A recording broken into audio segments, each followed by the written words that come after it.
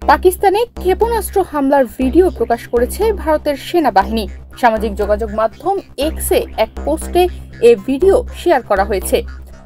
আজ আল জাজিরার একটি প্রতিবেদনে বলা হয়েছে, ভারতীয় সেনাবাহিনী একটি ভিডিও ক্লিপ প্রকাশ করেছে যাতে পাকিস্তান নিয়ন্ত্রিত কাশ্মীরের সীমান্তবর্তী এলাকায় একটি স্থাপনায় ক্ষেপণাস্ত্র হামলার দৃশ্য দেখা যাচ্ছে। ভারতের দাবি, লাইন অফ কন্ট্রোল অর্থাৎ এলওসি লঙ্ঘনের জবাবে এই হামলা চালানো হয়েছে।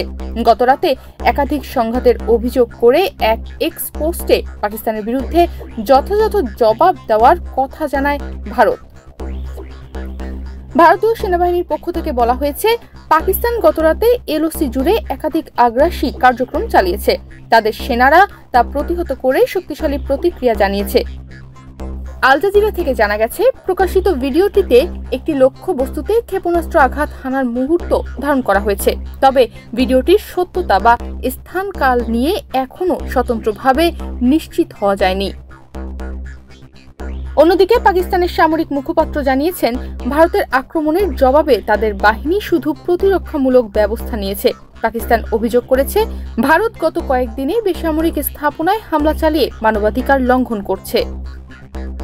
এর আগে 7 মে মঙ্গলবার রাত 1:30টার দিকে ভারতের অপারেশন সিঁদুর এর আওতায় পাকিস্তান ও পাকিস্তান অধিকৃত কাশ্মীরের অন্তত 9টি শহরে একযোগে হামলা চালায় ভারত। ভারত দাবি করে, জম্মু ও কাশ্মীরের পেহেলগামী সন্ত্রাসী হামলার প্রতিশোধ হিসেবে তারা এই অভিযান চালিয়েছে।